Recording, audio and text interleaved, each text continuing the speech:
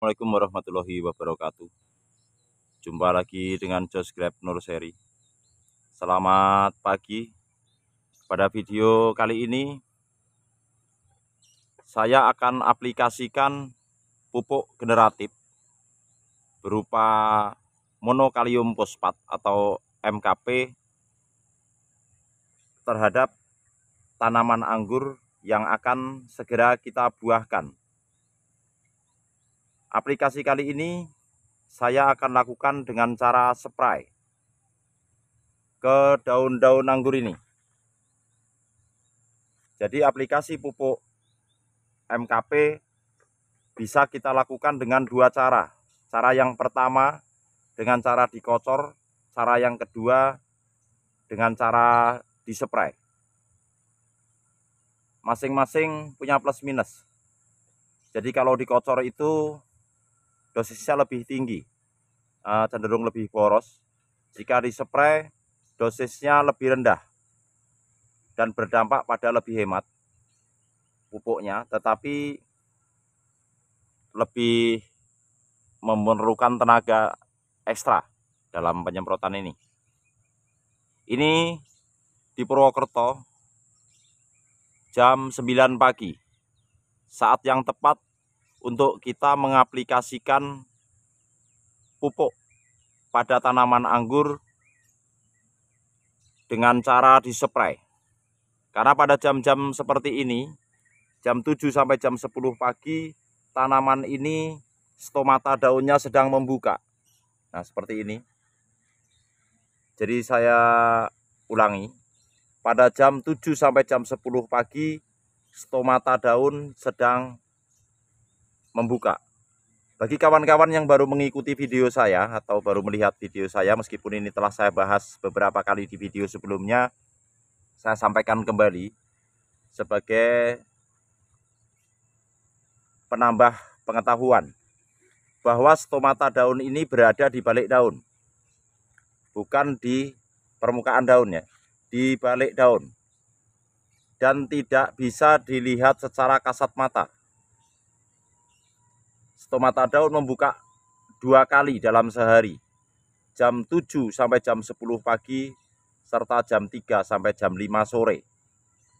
Jadi setiap tanaman ini memiliki 2 cara dalam menyerap nutrisi, dan pengaplikasian pupuk bisa kita lakukan dengan 2 cara juga. Cara yang pertama adalah tanaman ini menyerap nutrisi melalui akarnya atau mulut-mulut akar serabut yang ada di bawah tanah, sehingga kita bisa aplikasikan pupuk dengan cara kita siramkan atau kita kocor. Cara kedua, kita aplikasikan ke balik daunnya pada saat stomata daun sedang membuka. Stomata adalah mulut daun yang bisa membuka dan menutup seperti mata pada jam-jam tertentu yang saya sebutkan tadi. Itu stomata daun. Disinilah kita bisa memberikan makan. Jadi tanaman ini memakan nutrisi dengan 2 cara. Kedua, perlu diperhatikan ketika kita mengaplikasikan pupuk ke daunnya, pastikan tanaman ini daunnya sehat dan tidak terserang jamur dan hama.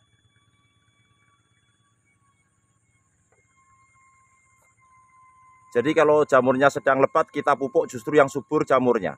Tetapi penggunaan MKP yang dicampur dengan fungisida, penggunaan MKP yang dicampur dengan fungisida 1 gram per 10 liter air dapat meningkatkan efikasi terhadap populasi jamur powdery mildew.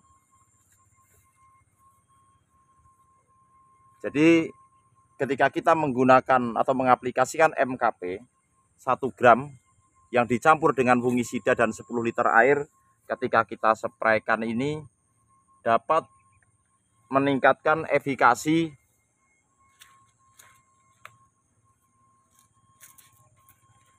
dalam pemberantasan jamur powdery mildew ya.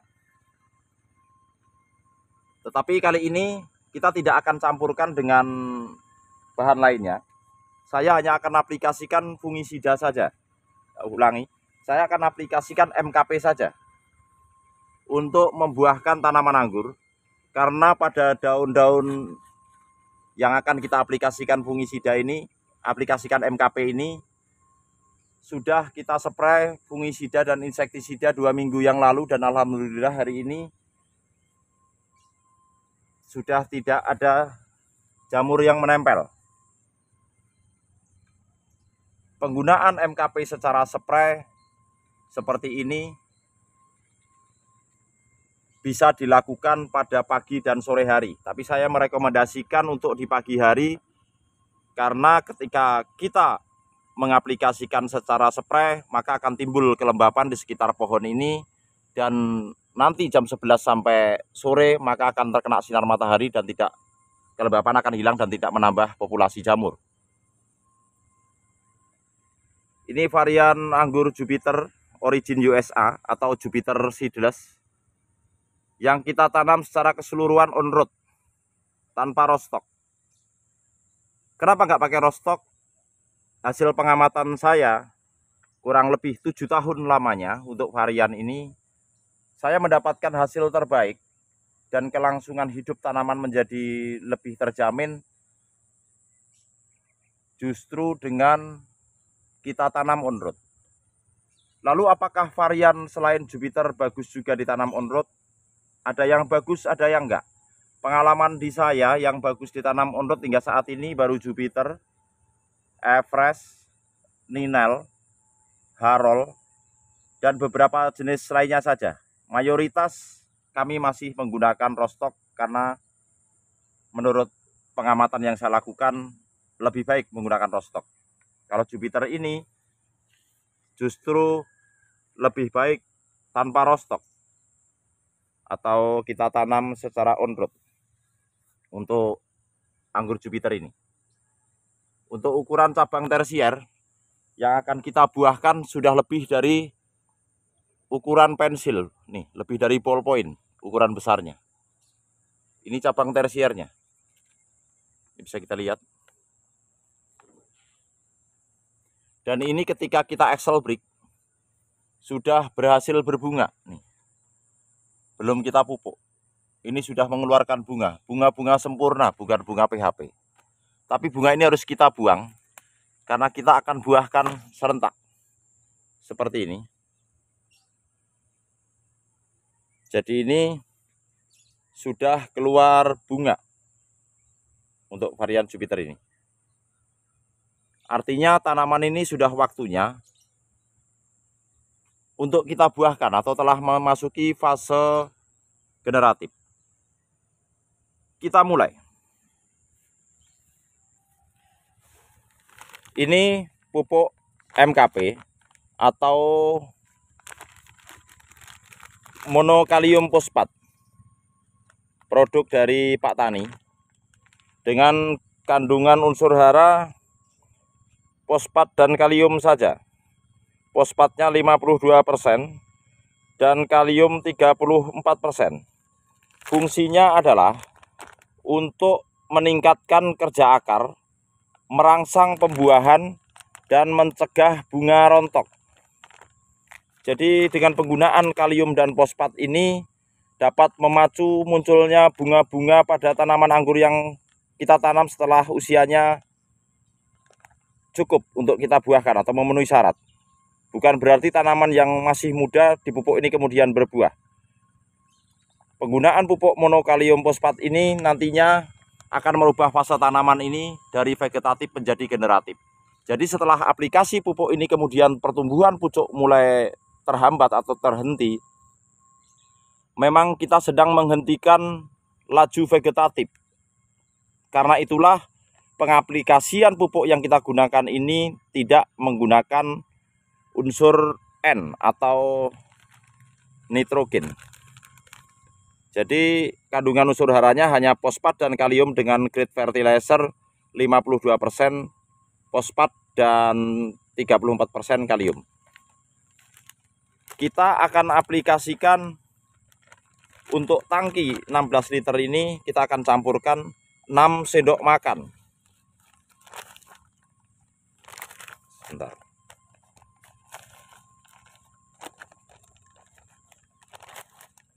Jadi kita akan aplikasikan 6 sendok makan. 1,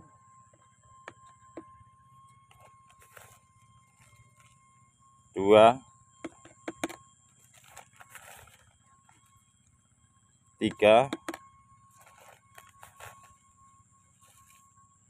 4,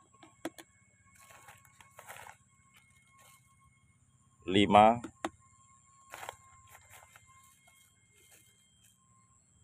6. Jadi ini 6 sendok makan. Ini adalah aplikasi minggu pertama.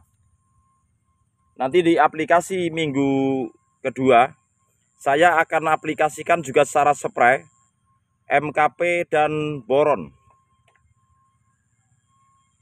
Kita spray ke daun-daunnya.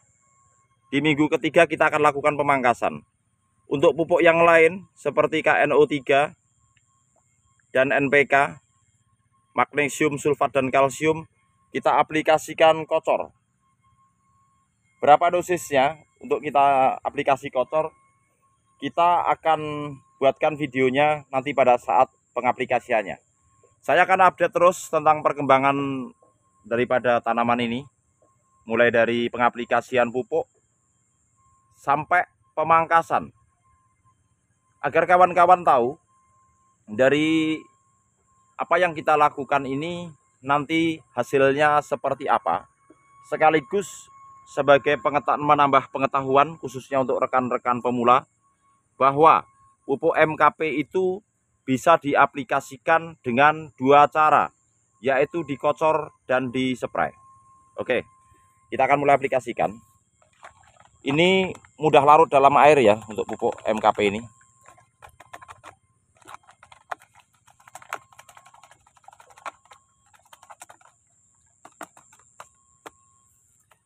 Kita aduk dulu sampai larut.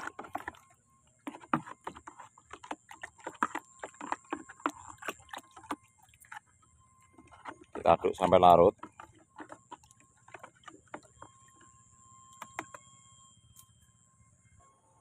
Oke. Lalu kita spraykan ke balik daun supaya mengenai stomata. Sebentar dulu.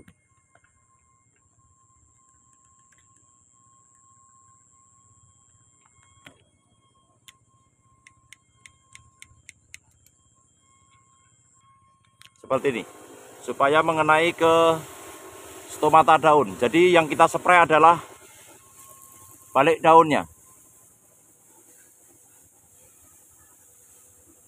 Seperti ini.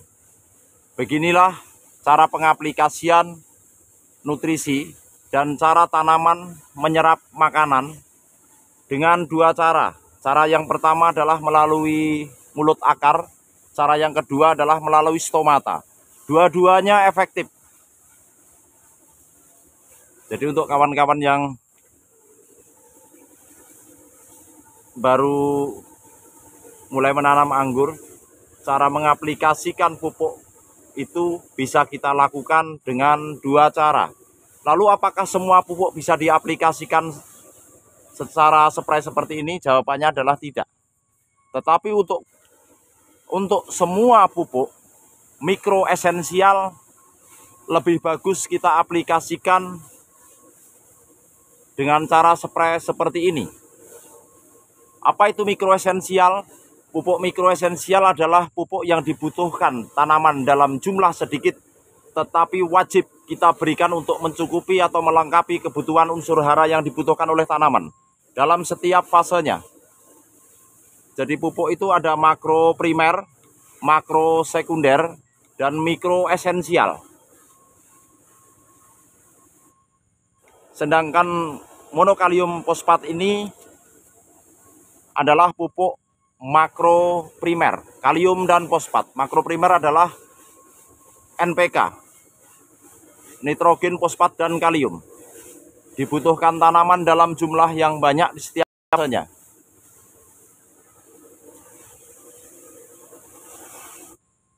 Oke, biar nggak terlalu lama. Intinya kawan-kawan sudah bisa mengerti cara aplikasi pupuk generatif dengan cara spray seperti ini ya. Jadi idealnya tanaman anggur dibuahkan ketika cabang tersier ini sudah mendekati atau lebih dari ukuran pensil, minimal mendekati ukuran pensil. Seperti ini.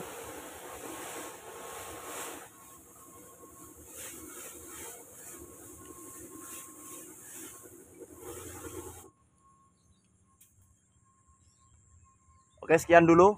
Bagi rekan-rekan yang belum jelas, bisa ditanyakan di kolom komentar. Sekian dulu, semoga video ini bermanfaat dan menginspirasi. Terima kasih. Wassalamualaikum warahmatullahi wabarakatuh.